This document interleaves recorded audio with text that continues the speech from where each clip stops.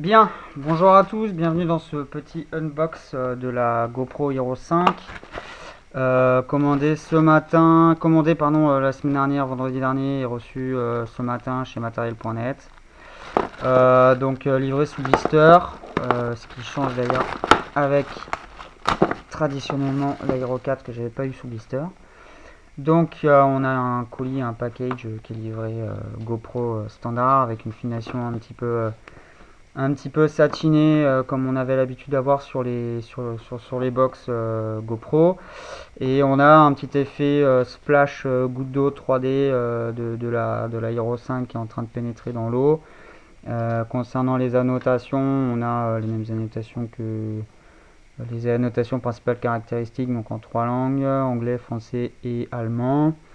On a les principales caractéristiques du coup de la caméra, à savoir photo 12 mégap, vidéo en 4K 30 fps notamment, waterproof, un simple bouton de contrôle avec une résistance, une amélioration de l'audio au vent notamment, Wi-Fi, Bluetooth, le mode de contrôle à la voix, une stabilisation de l'image intégrée dans la caméra, un écran tactile, ici le mode GPS, donc qui est assez pratique pour notamment les applications stéréophotogrammétriques, et du coup la nouveauté, la caméra qui shoot en RAW.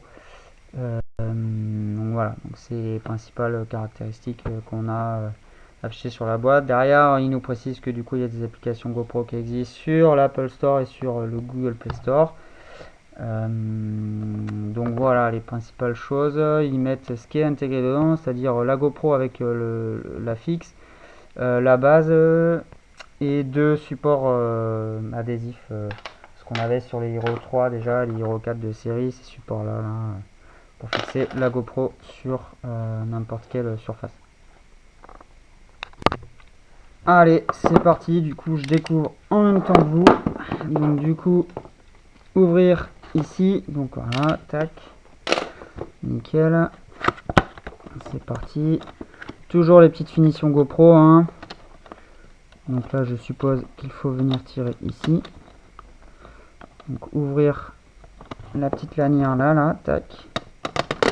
Voilà, enfin je présume, hein, c'est ce qu'il précise. Donc là on a la boîte. Et pourquoi pas, alors tirer, pousser. Ok, donc c'était bien la languette là qu'il fallait tirer. Hop, on soulève le tout et voilà, on découvre la caméra.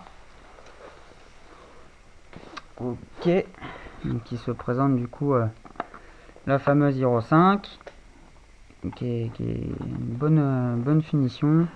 Le LCD derrière avec un petit sticker, voilà. Toujours une petite plaque, voilà, celle-ci d'ailleurs je peux vous donner comme conseil de jamais la jeter, toujours la garder, parce que ça fait un support, ça fait une plaque avec un support GoPro que vous pouvez mettre par exemple sur un swivel 360, une aile de kite sur un bord d'attaque pour pouvoir monter une caméra sur un bord d'attaque. Donc on a ici un petit renfort de caoutchouc pour bloquer la fixation de la GoPro. Ça équivaut sur les anciens modèles à cette fixation là qu'on venait bloquer notamment sur les supports ici, notamment très pratique pour toutes les activités, notamment le ski, le kite, le wave, etc. Toutes les activités qui bougent énormément, pour éviter que la fixation parte et se décroche sous les vibrations. Donc du coup voilà, on a l'équivalent de ce petit morceau de caoutchouc directement là sur la base de la GoPro. Et je vais tout de suite du coup décrocher ça. Hop. Tac, donc une vis de fixation standard GoPro quoi. Hop, donc toujours la petite plaque, ce que je vous ai tout à l'heure, regardez. Hop, tac, je finis de dévisser ça. La GoPro qui vient avec son cadre. Le petit support que je garde aussi moi pour avoir tout simplement un angle constant sur notamment les Suvel 360. Et voilà, et du coup, nouveauté de la Hero 5, le caoutchouc est directement intégré à la fixation. Voilà, je peux pas l'enlever.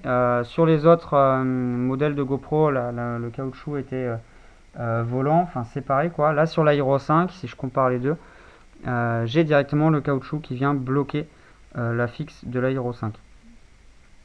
Voilà, après c'est une fixe complètement standard. Là j'ai une fixation un petit peu pirate à côté acheté, voilà. La fixation est identique en termes de largeur, longueur, dimension, proportion. Elle est légèrement plus longue, il doit y avoir 2 mm de plus en longueur, mais ça reste le même type de fixation, le même type de fixation. Concernant la frame de la GoPro, du coup je pense que c'est comme sur les modèles précédents, on vient tirer, pousser, et voilà, effectivement c'était ça, et on libère la caméra, tac, de la frame. Ouais, on libère la caméra du coup de la frame. Voilà, hop, et voilà du coup la bestiole.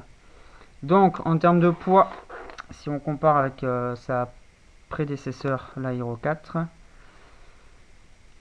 l'Aero 5 est de 93 grammes, tandis que l'Aero 4 est à 86 grammes. Donc ça peut éventuellement s'expliquer par le fait que effectivement la Aero 5 par rapport à la Aero 4 est plus large comment dirais-je, en épaisseur. On a facilement 2-3 mm de plus, de même en haut, en bas, sur les côtés. Donc les dimensions restent les mêmes, c'est-à-dire que la plupart des Steadicam que vous aurez qui sont légèrement plus larges pourront accepter la GoPro, la Hero 5. Mais les Steadicam, genre les AGM, etc., eux, ça risque d'être très compliqué pour faire passer la GoPro dessus. On en reviendra dessus tout à l'heure. Concernant la fin du unboxing, du coup, sur les accessoires de la boîte, hop, on l'ouvre du coup, voilà, comme ceci. Tac, c'est assez intuitif. Et on a dedans les deux fameux supports avec autocollant qu'on avait livré avec du coup toutes les GoPro. Alors là, on a un câble USB GoPro nouvelle génération. Par rapport à l'ancien, le logo est moins creusé et on change complètement de connectique. On n'est plus du tout sur une connectique mini USB, on n'est pas non plus sur du micro USB. On est sur une connectique qui est vraiment entre les deux. Donc je suis en train d'essayer d'ouvrir le caisson. Voilà. Donc voilà. Donc pour vous montrer la différence, on a une connectique qui est plus du tout en mini USB quoi, pour comparer les deux.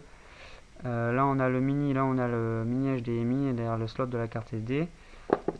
Du coup ici on a la même chose, on a le câble du coup mini HDMI et là on a le pseudo câble USB qui est fourni par GoPro donc pour leur caméra. Cette trappe d'ailleurs pour les amateurs de FPV risque de poser problème, la transmission de la GoPro risque de poser problème pour les amateurs de FPV par rapport à la Hero 4 pour la simple et la bonne raison que la trappe n'est pas amovible. Donc dès lors où vous mettrez la GoPro sur un Steady ou autre, la trame n'étant pas amovible, ça risque d'être compliqué par rapport à notamment la Hero 4 où on venait tout simplement plugger ici un câble, comment dirais-je, AV vidéo composite ou HDMI, ça dépendait de ce que vous aviez. Et bien là, voilà, on est tributaire de l'étanchéité par défaut du caisson GoPro qui du coup bloquera probablement nos applications FPV. Donc je pense qu'à mon avis, il va y avoir des petits malins qui vont s'amuser à changer tout ça, mais là dans l'immédiat, voilà, c'est pas non plus en prime abord comme ça en unbox, c'est pas forcément un point positif pour GoPro là-dessus. Donc le câble USB, la batterie, la fameuse batterie GoPro. Donc d'ailleurs je vais mettre en charge la caméra assez rapidement. Donc pour ouvrir la Hero 5, c'est similaire à la Hero 4, il y a un petit bouton, on appuie, on pousse. On vient brancher la lipo. Tac, on clipse, on referme. Et la caméra s'allume. Voilà, j'ai pas eu besoin d'allumer, donc ça je vais virer ce sticker là. J'ai eu un petit flash de la caméra. Hop, donc c'est un mono bouton maintenant. Le son a changé par rapport au Hero traditionnel aussi. On a le petit logo, donc c'est la première mise en route de la caméra pour info. Et voilà, bienvenue, welcome, bienvenuto, willkommen. English, français. Français. Et c'est tactile. Et ça, c'est cool. Donc, je suis allé trop vite. Voilà. Première config. Donc, je vais faire les paramétrages tout à l'heure. Donc, je termine ça. Donc, les supports, machin. Et je pense qu'en dessous, il devrait y avoir une notice. S'il n'y a pas de notice, c'est con. Et non, il n'y a rien. Ah si, il y a un manuel de mise en route. Pardon, désolé. Blanc sur blanc, j'ai eu mal vu. Oh là là, c'est la galère ce truc. Donc c'est une boîte tout intégrée. Voilà, ok, donc c'est bien ça. Donc la boîte, j'en ai plus besoin. La notice, elle est là. Un support Hero 5 avec les premiers tuts pour mettre en route du coup la GoPro. LCD touch, presse de bouton start, machin. Les fixations, les modes de fixation. Les différentes apps téléchargées sur les principaux stores. Les trucs de GoPro machin. Bon ok. 3 stickers GoPro, c'est cool, d'habitude on en a avec 2. Et une notice succincte comparée aux notices traditionnelles GoPro, on est vraiment léger. Là pour info, il y a la notice de la Hero 3. Quand on compare l'épaisseur, il n'y a pas photo. Et si je prends la notice de la Hero 4, c'est pareil. La Hero 4, la notice était beaucoup plus complète. Et c'était assez pratique pour avoir tous les réglages des différents modes, etc. Donc là, il dit juste que c'est les informations importantes et les principales précautions d'usage. Donc il n'y a même pas de notice de base. Voilà, il n'y a même pas de notice de base fournie avec la Hero 5, avec tous les modes, etc. Donc, je viens de terminer les principaux paramétrages de la GoPro. Je suis au stade où GoPro m'a demandé si je voulais activer le GPS. Donc, j'ai effectivement dit oui, je vais en avoir besoin dans le cadre de mes applications stéréophotogrammétriques. Donc visite guidée de la caméra, voilà, il me demande de démarrer, donc il précise qu'il faut appuyer court sur le bouton mode, donc ce bouton tac là, pour éteindre la caméra, mais aussi pour l'allumer. Il nous dit ensuite que le bouton mode permet d'alterner entre les modes photo et vidéo. Ce bouton là en fait il est au même emplacement que le bouton Wi-Fi en fait, Wi-Fi réglage de la Hero 4. Ce qui disparaît comme bouton, c'est le bouton en façade mode. Donc ils ont tout recentralisé sur un bouton. Ensuite, il précise du coup que on a le bouton d'obturateur permet les prises de vidéo et les prises de photos. Qui permet aussi de faire le mode Quick Capture. C'est le mode où en fait directement vous appuyez sur ce bouton là. Si vous avez activé le Quick Capture, la vidéo va directement démarrer sans passer par le mode choisissez photo, multi time-lapse, vidéo, etc. J'utilise très peu par contre ce mode moi par défaut. Voilà, donc c'est toujours sur l'aspect Quick Capture. L'aspect mode et paramètres. Donc ça c'est assez pratique parce que la Hero 4 on était obligé de repasser soit par l'application soit par ce bouton là pour changer les modes. Et du coup de se servir du LCD qui est ici. Sur la Hero 5 directement, voilà, il nous précise qu'il faut appuyer sur le bouton IPS qui est ici au milieu ou le bouton sur la résolution pour changer les différents modes de résolution. Tout comme les différents modes aussi de largeur d'écran. Il précise aussi qu'il y a des paramètres avancés et des paramètres intégrés. Il précise qu'il y a une stabilisation, le nombre d'heures d'enregistrement, donc ça c'était par défaut sur la GoPro aussi, sur les précédentes. Le mode média qui permet de visualiser les rushs.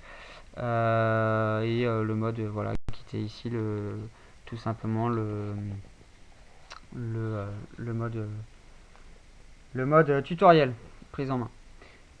Il précise qu'il y a des applications mobiles pour prendre en main la GoPro et utiliser du coup la GoPro en lien avec le téléphone. Voilà, il n'y a pas grand chose de plus à dire là-dessus. Il précise aussi qu'il y a un logiciel de montage qui s'appelle Quick qui permet de faire des modifications automatiques et des rendus exceptionnels. Et il précise qu'avec GoPro Plus, c'est un abonnement je pense, votre Hero 5 peut transférer vos photos et vidéos vers le cloud pour un accès facile sur votre téléphone. Alors je suis pas certain que ce soit un abonnement, effectivement, c'est peut-être plus une option de la Hero 5 qui, dès qu'elle est connectée en Wi-Fi, permet de sauvegarder ses rushs sur internet. Donc moi je suis pas du tout moi cette option là GoPro, c'est bien que vous l'ayez mise, mais moi ça m'intéresse pas du tout. La plupart du temps quand j'utilise ma GoPro, j'ai même pas de réseau internet et même pas de réseau de téléphone. Je suis paumé au milieu de la montagne ou de la plage ou de la mer. Donc du coup ça c'est vraiment ce mode là m'intéresse pas du tout, mais bon, ça risquera de servir à d'autres personnes probablement. Rendez-vous dans préférence pour lancer ces visites guidées, voilà. Donc de base, on arrive sur cet écran-là. 1080, donc on va tout de suite aller voir qu'est-ce qu'on a. Donc on a du 4K. Voilà, appuyez pour voir les options d'IPS. Options 60 IPS. On a accès à du 30, du 24. Mode d'écran, on a large aussi. On n'a pas accès là-dessus, on peut pas changer. On n'a pas autre chose, donc c'est dommage. Pour du 4K, on a que du large. Un petit recropping, ça aurait été intéressant. Ça, c'est con. Non pris en charge par le 4K. Donc on a 30 ou 24 FPS donc IPS du coup en 4K. Donc on n'a pas de 60. Ok. Par contre, moi, il y a un truc qui m'intéresse, c'est en 1080. Je crois qu'ils ont augmenté la résolution en 120 FPS. Donc ça, c'est intéressant. Et en 960, on bascule toujours en 120. Non pris en charge, voilà. Donc il y a du 240 dispo et le 240. Est-ce qu'il est en 720? Ouais, en 720p, on a du 240 images par seconde. Donc je sais pas si vous réalisez, mais 240 images par seconde, c'est énorme. Ça permet de faire des ralentis vraiment très impressionnants. Ce qui permet vraiment de shooter sur des scènes de sports extrêmes, etc. Ça permet vraiment de shooter des actions qu'on peut pas avec un nombre de frames par seconde très important qu'on peut pas faire d'habitude avec forcément d'autres capteurs. Donc voilà, ça c'est pour le mode vidéo. On a toujours le mode vidéo plus photo, le mode boucle en mode vidéo. On a aussi le mode photo en mode du coup nocturne. C'était intéressant pour faire des photos de nuit. Et on a toujours le mode du coup timelapse, donc ils appellent photo accélérée, photo de nuit, donc timelapse nocturne, ils appellent nocturne accélérée, et du coup vidéo timelapse, ils appellent ça vidéo en accéléré. Donc du coup voilà les principaux paramètres en unboxing. Alors, du coup on va prendre, on va mettre la carte SD pour tester les modes de reconnaissance vocale. Voilà, tac. Ah, l'écran permute, ça c'est pratique, il permute automatiquement en fonction du sens de l'orientation dans laquelle vous avez votre caméra. Donc on teste, on va juste s'amuser à prendre une photo. Ok, sélectionne le mode photo. Tac, donc on teste à la main. Parfait, enregistrement. Okay. Du coup, nous revoilà, ça fait en fait 15 minutes que je suis en train de parler à la caméra pour tester la commande vocale et en fait cette dernière ne répond pas. Du coup, il s'agissait en fait de faire glisser le doigt ici, du coup, sur les tiroirs auxiliaires, ce qu'ils appellent le tiroir auxiliaire, de cliquer sur commande vocale ici, qui était désactivée, et du coup de l'activer. Voilà, donc c'était juste ça. Je me disais c'était bizarre quand même qu'elle ne réagisse pas, donc j'ai découvert aussi d'autres paramètres, vraiment les paramètres de la caméra auxquels j'avais pas accès. Donc le mode par défaut, les arrêts auto, le mode LCD, la veille, etc. GoPro, prend une photo. Yes. Et voilà, c'est quand même la classe. GoPro, paramètres. GoPro, préférence. Il vient carrément de l'éteindre. Bon, mais il y a encore du progrès à faire, un GoPro. Hein, donc là, c'est pas encore non plus... on redémarre. Tac. Je vais aussi tout de suite faire le pairing avec du coup mon téléphone. Donc j'ai l'application qui est ici en live. Hop, parce que j'adore du coup paramétrer ma caméra directement sur le téléphone. Donc ouvrir le tiroir auxiliaire, cliquer sur connecter machin. Là je vais sélectionner connecter un nouveau périphérique, l'application Capture, donc c'est l'ancienne GoPro, l'application GoPro quoi, qui est disponible, enfin moi je travaille sur iPhone donc c'est l'Apple Store, voilà je suis en train de me connecter dessus. Le mot de passe par défaut de ma caméra c'est surf 8170, ça peut servir si jamais, je pense que ça se trouve c'est un mot de passe qui est par défaut, donc ça peut servir à d'autres si jamais il y en a qui connaissent pas leur mot de passe Wi-Fi. Tac.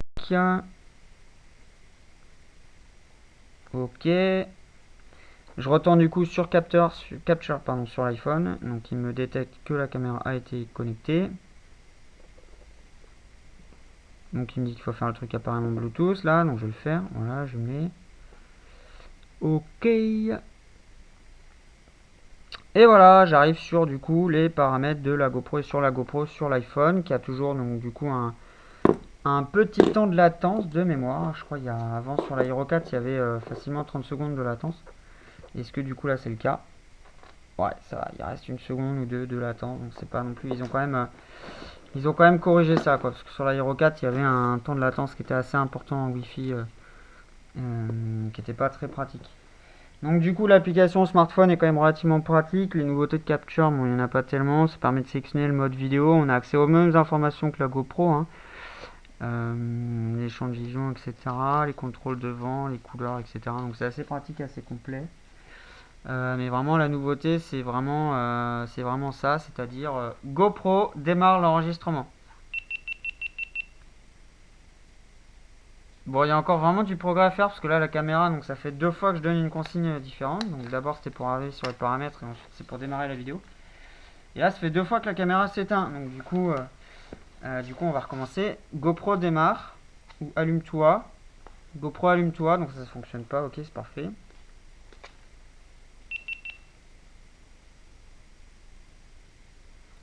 GoPro démarre l'enregistrement. Ça fait 3 fois que la caméra s'éteint, bon.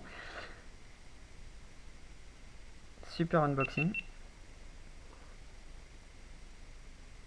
GoPro prend une photo. GoPro enregistre une vidéo.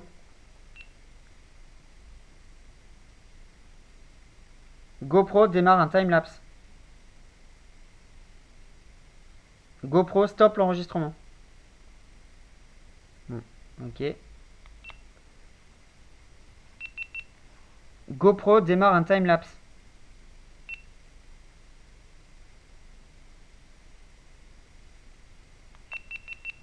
GoPro prend une photo en rafale.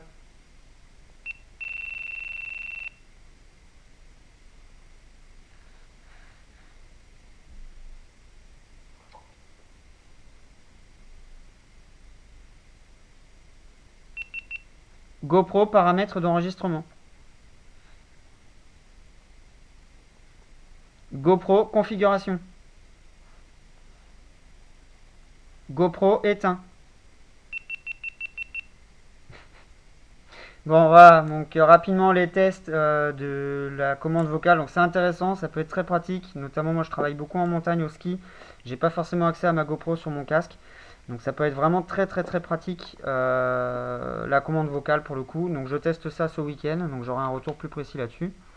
Donc on retiendra vraiment sur ce unboxing des nouveaux accessoires, l'avantage d'avoir directement le caoutchouc sur la fixation qui permet de gagner du temps, c'était un peu galère sur les précédentes fixations, donc là-dessus bravo GoPro. Le caisson GoPro ici qui a l'air bien pratique, qui remplace le caisson des précédentes GoPro, donc ce caisson là qui permettait de la GoPro dedans, donc là on a vraiment un caisson qui est directement fait pour. L'étanchéité de la caméra, je me suis pas encore amusé à la tester. J'avouerai que moi ça me fait un peu peur, l'étanchéité est annoncée à quelques mètres, donc en surf notamment je me pose beaucoup de questions, notamment en cas de chute, dans une mousse ou autre, étant donné qu'il y a une augmentation de pression, je me demande si du coup ça va pas être un peu léger, mais bon, ça c'est le retour qui donnera la réponse. Grosse déception GoPro là-dessus, ils ont joué la carte je pense du lancement de leur Karma qui a quand même été un gros échec. La trappe d'accès pour les connectiques FPV, chers amis dronistes. Voilà, on n'a plus pour l'instant possibilité, à moins de faire sauter la trappe. On n'a plus la connectique FPV mini USB en composite. Là, on a directement un câble USB qui vient, enfin, c'est même plus un câble USB, c'est un câble USB avec une connectique vraiment propre à la caméra qui vient se fixer vraiment dans ce compartiment là. Changement de l'emplacement de la carte SD qui passe dessous sur le rack batterie. N'oubliez pas d'activer le mode détection vocale dans vos paramètres en faisant glisser votre doigt, ce que je vous montrais tout à l'heure, du haut vers le bas de l'écran pour activer le mode du coup de détection de la synthèse vocale. Et enfin, ce que je peux dire, je vais aller vous chercher une nacelle qui est prévue pour, donc savoir là on a une nacelle AGM. qui est vraiment prévu pour l'Aero 4 ou l'Aero 3. On a une nacelle qui est vraiment avec un châssis aluminium qui est vraiment découpé sur mesure pour la GoPro, mais aussi qui est compatible pour les caméras type SJ-Cam. Donc ça là-dessus c'était assez pratique. Par contre, très mauvaise nouvelle pour les amateurs de FPV. Voilà, l'Aero 5 étant plus large, ce que j'expliquais en début de la vidéo, il va falloir probablement outiller à la Dremel cette nacelle ou alors rajouter derrière tout simplement une mousse ou quelque chose pour pouvoir fixer la GoPro, sachant que si quelqu'un arrive à faire une connectique FPV, il va falloir prévoir plus large puisque du coup la connectique là pour l'instant ne passe pas avec la trappe ouverte. Donc très mauvaise nouvelle, l'Aero 5 pour l'instant, chers amis dronistes, n'est pas du tout adapté pour nos nacelles. Éventuellement pour les nacelles premier prix à 50 €, là la GoPro passe facilement puisque du coup on a juste une fixe qui permet voilà, de mettre la GoPro. Alors du coup je vais la débrancher, c'est dommage, c'est sa première charge. Voilà, on va pouvoir fixer la GoPro dans un sens ou dans l'autre directement dessus, donc ça c'est pratique. On pourra quand même utiliser la GoPro avec nos nacelles. Mais pour l'instant, le retour vidéo avec nos câbles habituels de GoPro, pour l'instant c'est mal barré. Je vois pas pour l'instant d'ailleurs comment faire. Donc j'attends la suite, j'attends que les principaux distributeurs chinois, eBay, Gearbest, etc. fournissent un câble vidéo composite en espérant que c'est compatible. Voilà, chers amis, c'est la fin de ce unbox. J'ai mon chien derrière qui a pas arrêté de m'embêter toute la vidéo. Les bruits de pattes, c'est lui. C'est lui qui est responsable. Voilà, c'est lui. Je vous le montre. C'est lui qui est responsable de tout le bazar qui a été fait derrière durant tout le unbox. Voilà, merci beaucoup pour la vidéo. A plus.